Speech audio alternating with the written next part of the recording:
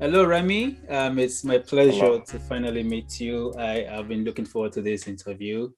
Um, so, just as a way of starting, tell us about yourself and how it Okay. felt when you discovered that you were on the short list of the Afritondo Short Story Prize 2021.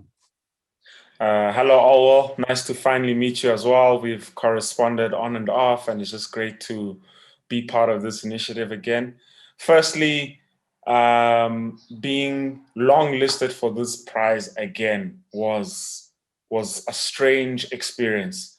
Last year was my first time I was shortlisted for this, and again, that was a strange experience. Strange because you are weighed with feelings of elation. Um, for a writer to get their work read is a prize in and of itself, but then to go on and be longlisted for any prize is like, I guess, another form of victory. So last year I was deeply honored to be shortlisted, to be longlisted for this. This year to be longlisted again, I was just like, I still don't have words for it. And then to be shortlisted for this, to go that extra step, for me, I'm just awed by it. And I have to thank the really good judges, the Afritondo team for starting and initiating this prize, because I think this prize is really crucial, really necessary, and it unearths some very, very good writers from the continent. I was just reading, when was it? A month and a half ago, I was reading last year's anthology, and I I still can't get over the feeling of opening the first page and it's me. It's an amazing feeling. So to be shortlisted again, to be longlisted again this year, but most importantly, to get the opportunity to work with you guys on another anthology, to be part of like another group of amazing writers is an honor. That's what it is. It's an honor. All right, well, I'm really happy to hear that. So you were longlisted last year and now longlisted this year as well, also Yeah. shortlisted. Can you describe the writing experience? Which of those stories did you enjoy writing the more? Only stars know the meaning of space, or which can you describe, how you wrote Yeah, yeah, the story? yeah. So all of them were written in and around the same time frame. They were written would have been written about late 2019. That's when I was really exploring the short form. You might not know this, but I'm a very newcomer. I'm a newcomer to like the literary scene.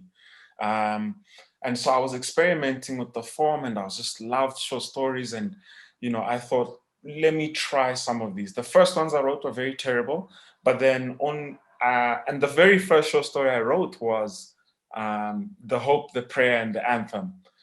And man, that short story was rejected everywhere. Everywhere. It went through so many mutations. First of all, because it was horribly long, the first iteration. It was like 7,000 words.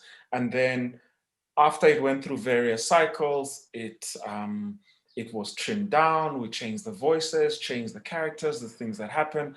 Basically, all the things that happen when you work with great editors or you get responses, you trim things down. The difference with Only Stars Know the Meaning of Space was that I was a little more confident when I came to that one. So it felt a little more certain. I knew that the word count could not be excessive. I knew the themes that I wanted to rope in. I knew what I wanted to explore. And I guess just for you to know is that those short stories come from the same universe. So the guy in The Hope, the Prayer, and the Anthem is the X in Only Stars Know the Meaning of Space. it's it's Wow, it's interesting. So, I was working on these collection of short stories that come from the same universe, but they're all fragmented, can all be read independently of each other, and they all deal with romantic loss, with death, with grief, with the absence of people who you consider important, and then also that interesting millennial angst about aging and growing up. And I wanted to explore all of those types of things and to find a vehicle to do it. I knew I didn't want to do it in a novel. because just sustaining that energy, that momentum was a bit hard at the time. But I thought the short story was enough to give a compacted view of these characters' lives. And man, your reception for them with Afritondo was amazing. Only Stars is one of my favorite short stories that I've ever written. It's emotional, man. And I loved The Hope, the Prayer, and the Anthem because it's funny, but it's also disturbing, quite disturbing. And there's a sense of like sad loss in all of them.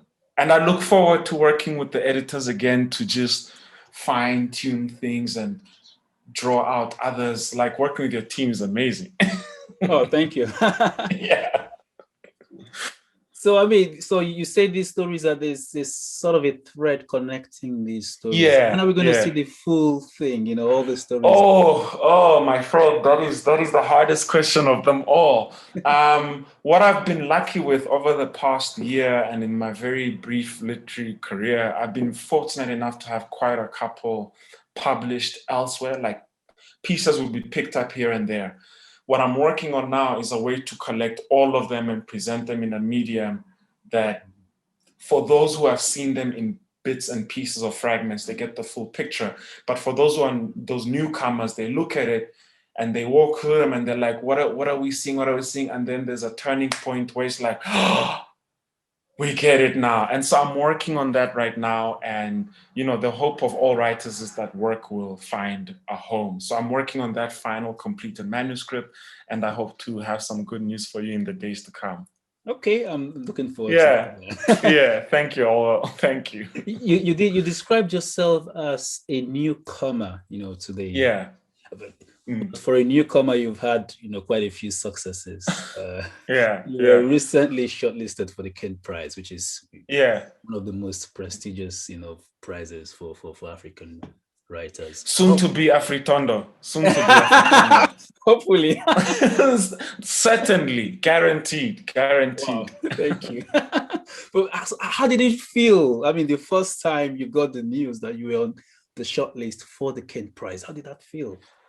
Yeah, so I would there's always the answer that you want to give press and media that sounds like, you know, the generic. It was a big honor, it was, oh my lord, whatever.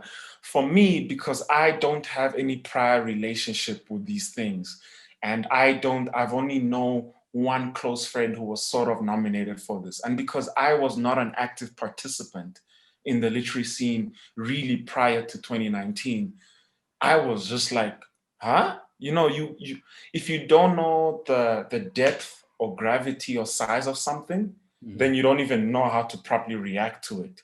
And so now I can tell you now in 2021, being longlisted for the Afritondo and shortlisted for that is exactly the same thing. I feel the gravitas of being recognized. I feel the weight and the opportunity of being selected amongst a group of writers. I feel the honor of having your work further spread from the wonderful Afritondo platform. So for me, that's the same reaction. Last year, I might have not known what it was like for the Caine Prize, but this year, I can be honest and say to you sincerely, I know what it feels like to be shortlisted and longlisted for the Afritondo. And there's no difference in feeling. Both of them, for me, carry the same responsibility, the same weight, the same recognition, and not validation, but it's like this welcoming into like this collective of writers. And, you know, you are up there with the very best of them. At the end of this thing, there's like, you are a prize without losers because everyone who's longlisted gets published. That for me is the ultimate victory, to have your work shared in a way that more people can read it. I feel like that, the way you structured the Afritondo, the organization, everything is like a prize without losers. And that is just amazing. So for me, as soon as you told me I was longlisted, I was like, this is the greatest and the best. It's like, this is the prize, this is the win. Everything else really is just, it's like a bonus, I guess, but obviously every writer's first prize is writing and finishing their own story. I think second prize is always having it picked up for publication and being read by someone. And then being recognized for that writing is like the third prize.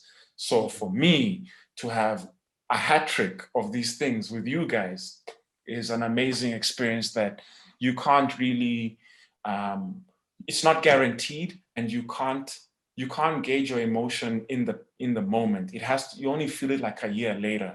And I can tell you last year, honestly, when you could change your bio to say he was longlisted for, that was like street rep that you couldn't plan for that. It was just amazing.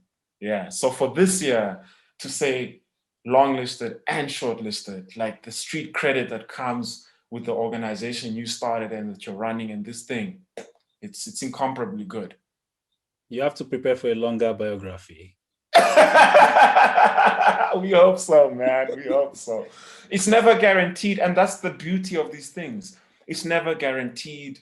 You don't know when it's going to happen, if it's going to happen, and you can't live in preparation for them. Mm-hmm. So when they do, you don't even know how to react because it's like out of the blue. And here I am having a Zoom call with you. It's stuff you can't really plan for. It's amazing, man. I know, yeah. I mean, it keeps getting better. Yeah. You're also the author of one novel.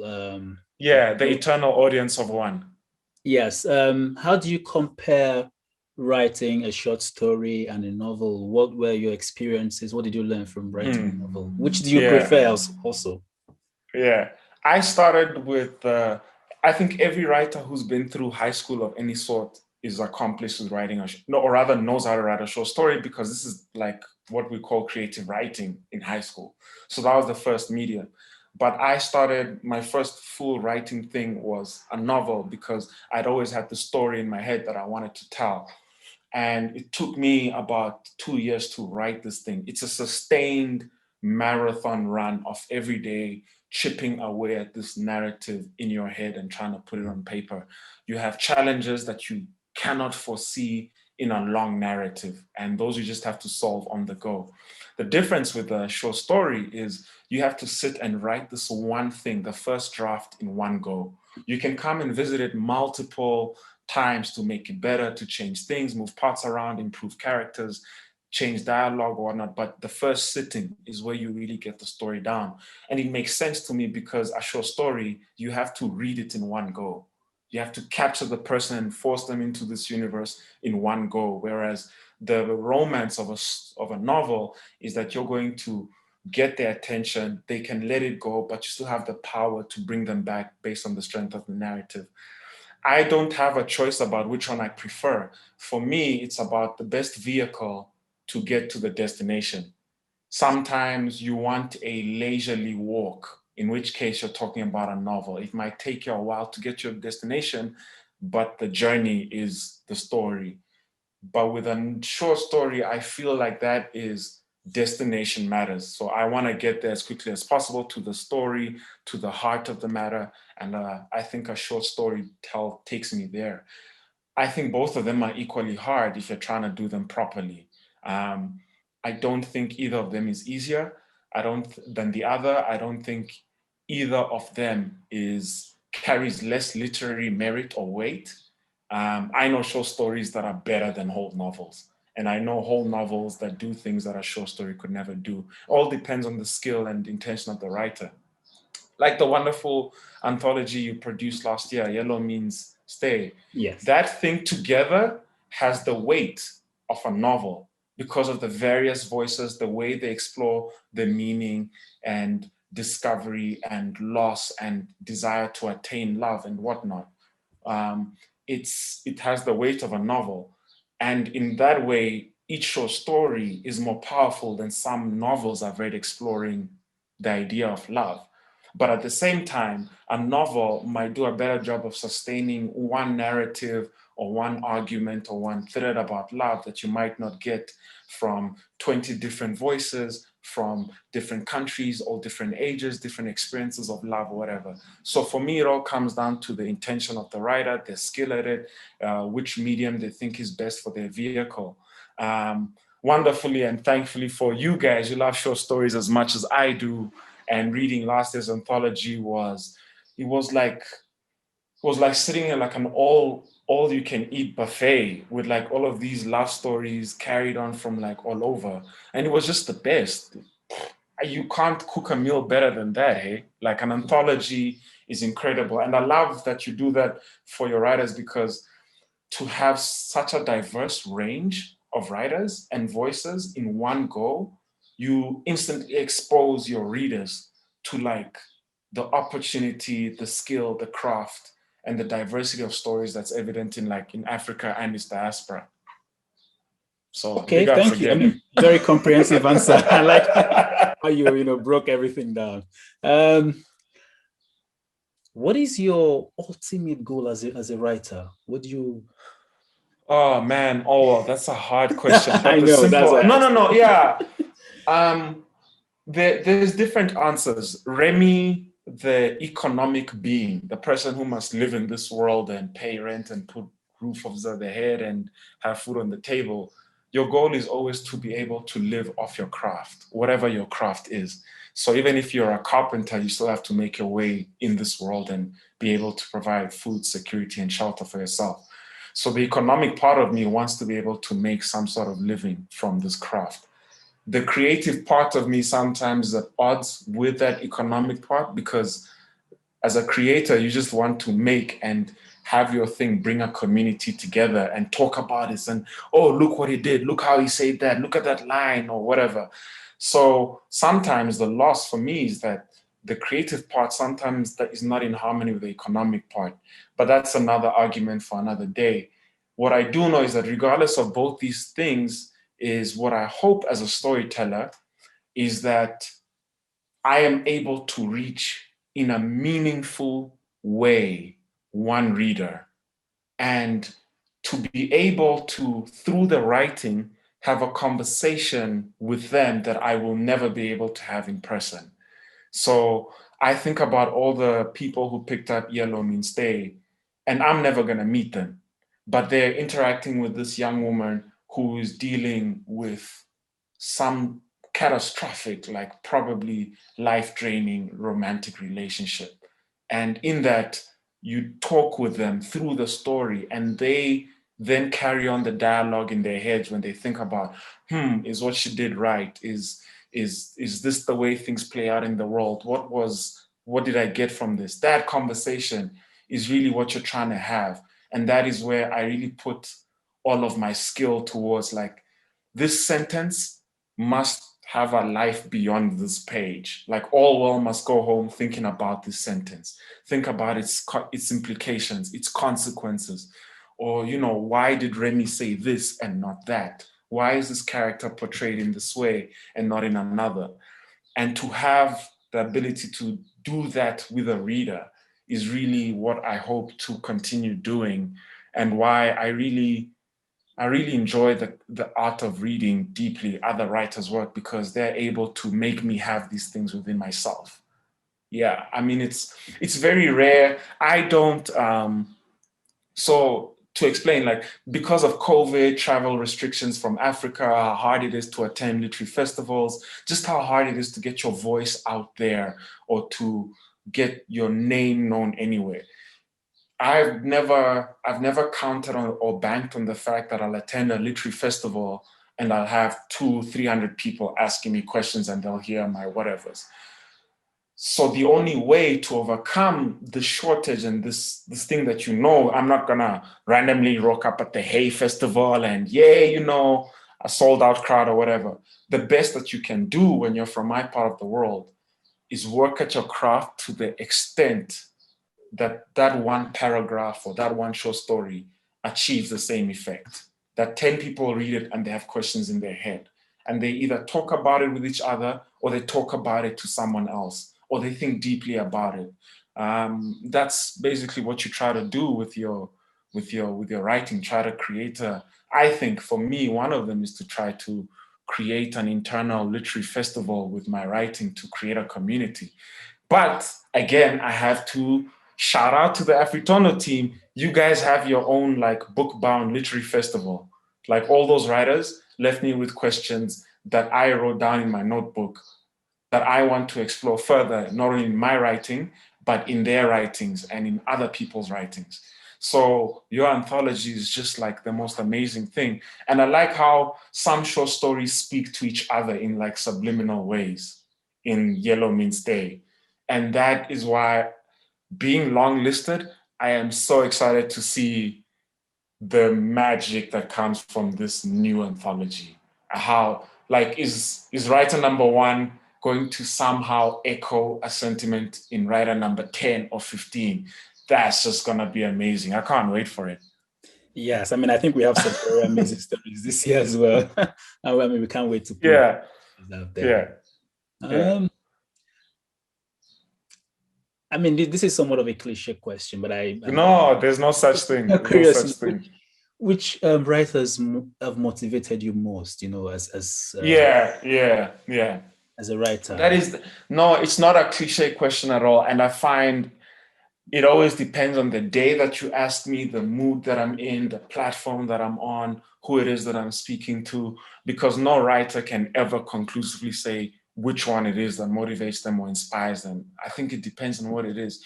For me, as a young reader, the first author I encountered in the English language that absolutely blew my mind was the children's author Roald Dahl. I loved his whole catalog. I read it cover to cover, and I wanted to write stories like that when I was a child. When I grew older, I encountered different types of writers. I enjoyed a lot of fantasy fiction, especially in my teenage years, for the escapism of it. I live in Windhoek, like, who does not dream of escaping this place? It just is what it is. I loved a lot of fantasy fiction, so I discovered people like Tracy Hickman and Margaret Weiss, who wrote a lot of epic fantasy fiction, things like with elves, dwarves, dragons, time travel, magic, runes, all of that kind of stuff. I absolutely loved it. Then towards later high school, I think the writer whose humor really touched me was a guy called Terry Pratchett, who wrote the Discworld series. And he's just wit, his raw, super-powered wit was amazing. And I thought then, like, if I could not write like this guy, but if I could harness the same type of power towards my narratives, I'd be very happy. I'd consider myself a lucky man. And then, of course, when you grow older, you have other writers who produce work that absolutely moves you, like shifts you from yourself, wherever the heck it is that you were, they transport you from that place. Zadie Smith is a big influence, not a big influence, but I love her work, both nonfiction and fiction. I really do love Zadie Smith's work. Marlon James, I think, is in my holy trinity of writers that I love. He's Jamaican writer living in the US. His work it's so raw and unforgiving, but the power and the subtlety behind it is amazing. There is no writer living in who has read any African literature writing about immigration or migration who has not encountered Chimamanda's work. So I look at her work, and I see the way she crafts her work, and I learn from that as well. There's no writer who can say that, they have not in some way encountered Americana and its ensuing narratives. So for me, I can be honest with you and say that is a writer whose work I do read a lot. And then again, being young and really trying to tap into or connect with contemporary writers, especially people who are younger than what we would call the old guard. I read a lot of writers from Lolwe, which is a literary magazine from Kenya. I read Izole magazine, the Johannesburg Review of Books, Bakwa. I read, what is it called, from Cairo, the Sultan Seal. I enjoy reading these literary magazines because that's where you find out what similarly placed writers of your age group, of your mindset or whatever are producing and writing. So works from Zanta Nkumane, from Mubanga Kalima Mukwento, from Troy Onyango, from Yusuf Raka, from, oh my God, Zekashu McViben in Cameroon. They're not, I wouldn't say they're contemporaries because they are so good. But I look at their work and I'm like, yo, we got to get to work today. We got to get to work. We've got a new level to try and reach. And then again, I cannot lie to you and say that you don't inspire me either, because you do. Just to give you a background again, we don't have a literary tradition in Namibia. And so we always look to other traditions to see how they do their work and we try to emulate so that we can grow. We're learning through imitation. And so in you hosting a literary prize, a Pan-African literary prize that is able to solicit entries from a whole range of countries, and you're able to work through that, produce a long list, and then go one step further to produce a bound manuscript that readers all over the world can enjoy. I cannot lie to you and say that is an inspiring project, and that me and my team have not looked at the work that you do and thought, how do they do this? How do they go from A to B? What are the skill sets that you need to get here? We've started answering those questions for ourselves, so that we can grow as a Namibian literary tradition, as a community that produces, as a bare minimum, an anthology every 2 years, because nobody knows Namibians' literary voice. We don't know it ourselves, so we're discovering it as we go along. But we're inspired by the work that you do, and we read a lot your work. We read your work. I looked at the anthology. I've made plans to get more copies here because, I mean, like, I look at Yellow Means 10, I'm like, guys, look at the quality of this thing. And it shatters stereotypes of what a love story is. Everyone thinks love is just like cheesy and bubble gum and whatnot. And I'm like, yo, fam, the way you have yams in the US ain't the way you get yams in Kano State, my guy. Like, it's different. The fufu is different. And so for me, to see the work that you guys do with your anthology is important. And I am inspired by the editorial work you guys do because it's crucial for us. And so when organizations like yours succeed, when you're able to bring writers together with very, very good, intuitive, sensitive editors, I'm like, whoa, how do we do this? Because this feels good and this seems like a good way to produce literature. And we're learning along the way. So who do I read? I read you guys. I mean, it's a partnership, without you. Yeah. I read you guys. Thank you so much for those very kind words. I mean, I don't want to take too much of your time. I set my day aside, man. So go ahead and ask whatever it is that you need to do. My goal is to give you as an interview that is useful to you and current and future work. So go ahead, ask, man. Okay, I'll ask you one more question, maybe two more. Yeah, sure. So yes, I mean, obviously, in preparation for this interview, I looked you up on Google, and I saw that you. I saw that you've been a signatory to two, should I say, open letters. I think one was to the African Commission on Human and People's Rights, and the other was on the ANSAS movement in Nigeria. I think the first one was a journalist. So, I mean, that was quite interesting. Do you think writers should speak more and try to sort of influence their national and regional politics? So what was the drive behind feeling the need to add your voice to the voices, commenting on this? My personal opinion is that writers are still citizens of a neighborhood, of a town, of a city, of a country, of a continent.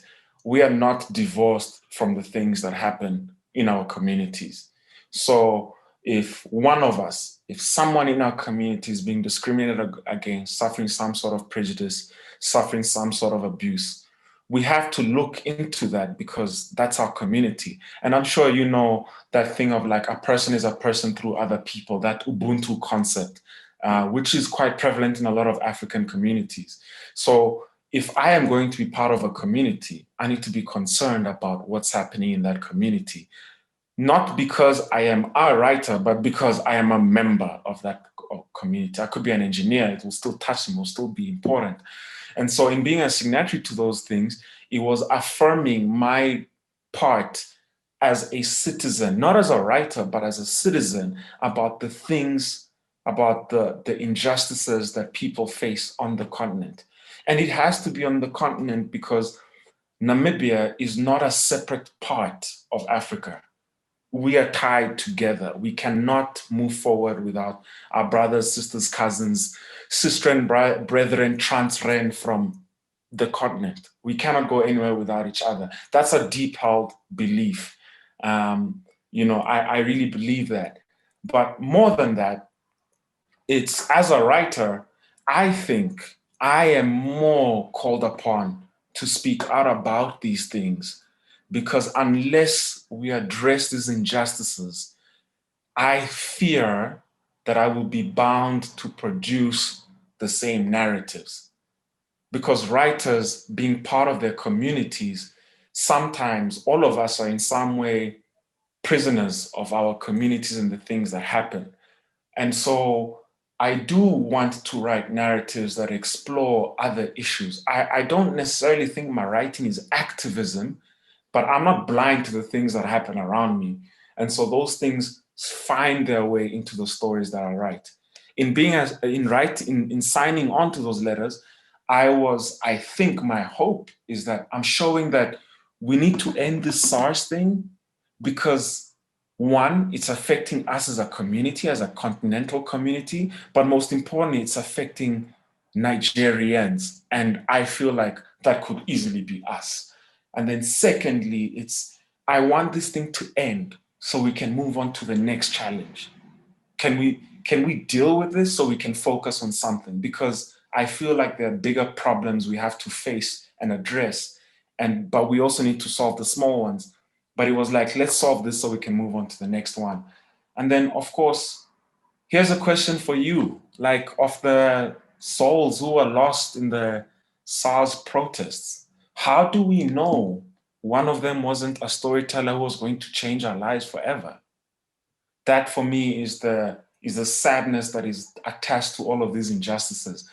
We don't even know what we're losing. And that's just sad. And so in saying, let's sort this out, it's like saying, like, yo, we don't know whether the winner of Afritondo 2022 was in this crowd and whether he was shot or whatever. And so it's also, as a writer, it's self-preservation, because I could have been killed, you could have been killed, someone else could have been killed.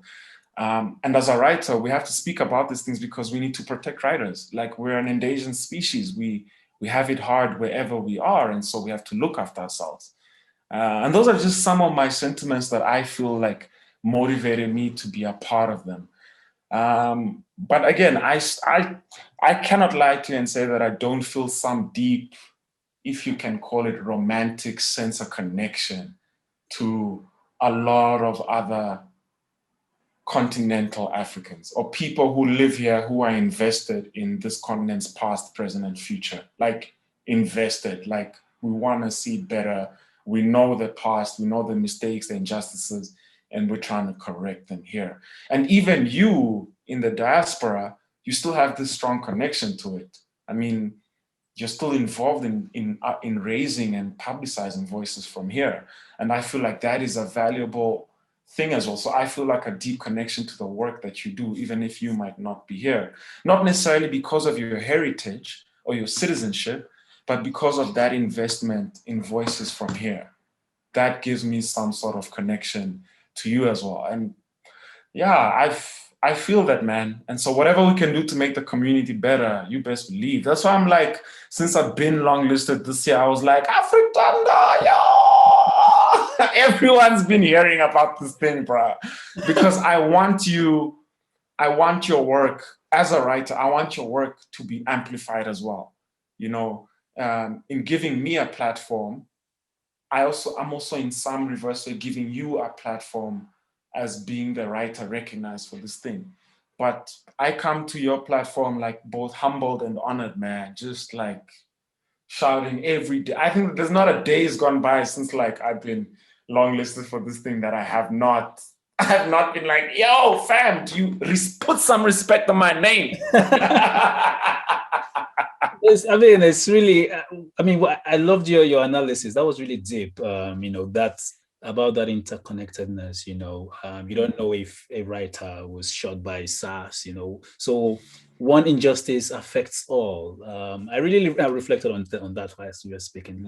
I mean, really interesting. So we should not ignore injustices in other places because we feel far removed from them. But that in a way we are all one family.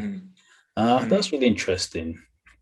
Yeah. I mean, we could have met, but COVID got in the way. We could have traveled somewhere together. We could have encountered each other in some way. And, where COVID started because we didn't realize that we are all one people. Listen, this thing could have stopped somewhere in Southeast Asia or Asia if one person had washed their hands. Because now we realize that health is a collective endeavor. Like, what you do as a private decision actually affects all of us. And now the whole world, 6 billion people, one planet, is in this thing because of an individual decision. And so we're all tied together in some way. We like to think that we're not, but I feel like the biggest lesson I learned from COVID is that me and you literally are one sanitizer hand wash away from each other. Given the fact that if I don't do this and I shake someone's hand and this person boards a flight and comes to you, you're in this mess as well. You're in this mess as well. So, we like to think distance separates us or that it isolates us, but it does not. I think with the way that we're living right now, we are one. And the sooner we realize that, I think the better. So, I'm at home, you're in lockdown, I'm in bloody lockdown, they've got curfews, we can't do anything because of something that maybe a group of people made, a decision they took a year ago. Jesus, it's been a year. This isn't a year and a half. Yeah, it's been, oh my God. Like, can you imagine? Yeah, can you imagine? And so I think that sense of societal responsibility that my decisions affect someone else are crucial. Yeah. Certainly. I mean, those are some really insightful analysis, I must tell you. I mean, I wish we can have some more similar conversations. Go ahead. Yeah. We can have them in future, whenever, man. I'm here for you, bro. Yeah, I mean, I think you've answered most of my questions. What do you have to say to your budding, rising fans? Any last message? No.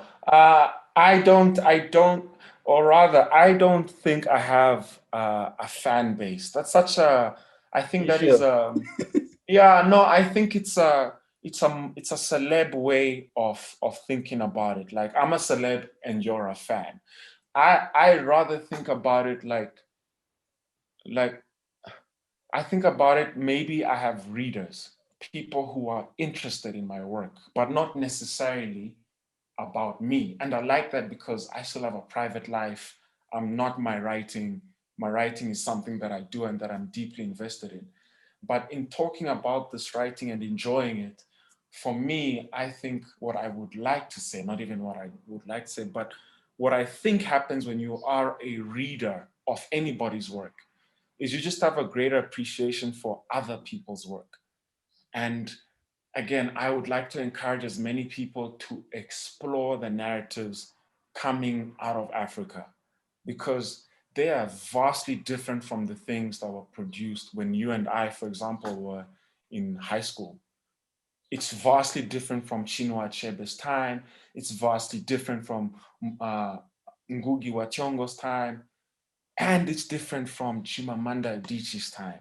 It's like there's this interesting, back in the day, it used to be like generational shifts. Now you're having monthly, weekly, daily shifts. The things that the shortlisted writer number 2 isn't going to be like number 1. And those 5 shortlisted writers are not going to be like the other 15 longlisted writers.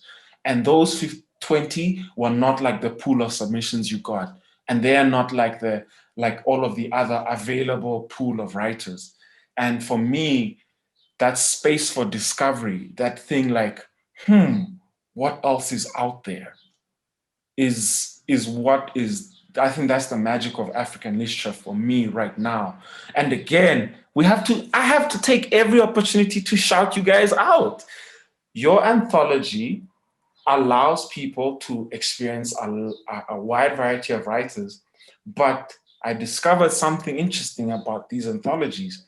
When one discovers a writer from a place that they like let's say they like a writer from Kenya, most often than not, they'll go to like their library or their bookshop and they'll be like, what else comes from Nairobi? What else comes from Oyo State? What else comes from Cameroon? What else comes from Benin? And I'm still looking. I read stuff and I'm just curious about like, where did this writer come from for this story, and what else is over there? And so right now, my biggest curiosity is just like, who is in Central African Republic except UN peacekeepers? Because I've read almost stories from every country surrounding Central African Republic, and there's this black hole where I'm like, why do I not know anyone from this place? And so now I'm like curious. And so for me, that's, I guess, my take home message, just the curiosity that comes with reading. And you're like, where is this going to lead? You never know where it does, but this is just something that I'm looking at the map now. And I'm like, I can almost pinpoint, I've either read a short story from here or whatever novel, but I look at like Bangui and I'm like, guys, what is here? Why do we not have readers from here? Writers from here, or rather they are, but they're having that challenge in African literature where they can't break through, and that is something that also needs to be addressed. Yeah. Certainly, yes. I believe it may be a problem with having the platforms to platforms, and also literature is something that thrives when a civil society has reached some level of calmness. True. Yeah, so I also acknowledge that, and I understand the challenges that they face. But again, like I said, the curiosity drives me to wonder about these things. And do you think language could be a barrier as well? Maybe French speaking, English speaking. I think there are barriers to the extent that certain languages are not recognized or they do not have the same infrastructure. But at the counter to that is that Cameroonians are francophone and their literature has no problem going out. Nigeria is an Anglophone community, but they have no problem with their literature getting out. Same thing with your Yoruba or Hausa literature. The people from that community support their own storytellers in some way. For me, I think the challenge with places like CAR is just, it takes time for a literary industry to grow, and you need a long sustained period of stability, because it's not cheap to produce literature and it takes time. And it's very hard to focus on this thing that a lot of people view as a luxury when you're trying to just, eke out a living from day to day. You and I are able to take part in this literary process because our day-to-day might be taking care of something else we're doing, or we're in an environment that allows us to focus and produce these things: internet, publishers, books, a team of people in similarly placed situations. And I can understand why some of them might not be there. I really don't think language is the barrier, because even if you publish in Swahili or Farsi or Arabic or whatever, you will find readers and people to take part in the storytelling process. What I'm scared of, as always, is always just like, if you do not give a civil society or a group of writers a measure of stability, they cannot produce. Think about how long it takes you to produce this anthology. And now we throw in the prospect of drought, famine, civil war. It can be very tricky. Yeah. Yes, you have to, eat well, sleep well. Yeah. Right. Yeah, so I mean, I could sit here for another hour, but I'll probably be bringing this to a close. So really, thank you. So, I mean, it's quite ironic because at the start I said this would last for about 10 to 15 minutes, but I think it's nearly an hour now. Yeah, no, I'm so sorry about that. Like, I'm from Windhoek in Namibia, where we don't have the biggest literary community, still growing, still coming, still we're pushing as hard as we can. And so the opportunity to just meet other people involved in other literary traditions, like we latch on and we wind up talking so much and it's exciting and yada yada yada. So for me, this is enriching, man. I've learned a lot just when we're talking before the interview, and then again, that level of dialogue where you and I are speaking about writing and reading and books and story production. It's a conversation that I wish more people could have. And I think you are at the forefront of doing that through the work that you do. So you've like brought a little bit of your world into mine, and that has in some way made this day in lockdown a little better. Like, it's amazing, man. Like what you're doing is amazing. And for us to have this moment where we meet, even if it's not in person, you can't put a price on that, man. Like I don't know what I'm gonna be inspired to make after this conversation. I don't know. I would like where to yeah. And that's just again that curiosity of like, what's next? You can't know, and this is magic, man. Certainly. So but I must let you go now. I hope we can talk again sometime in the future. Yeah. And I wish you all the best, with the final announcement. Thank you. Yeah, so thank you so much for your time. Thank you so much for such a very fruitful, interesting conversation. And have a lovely day or evening. I think different time zone. And have a lovely rest of the week.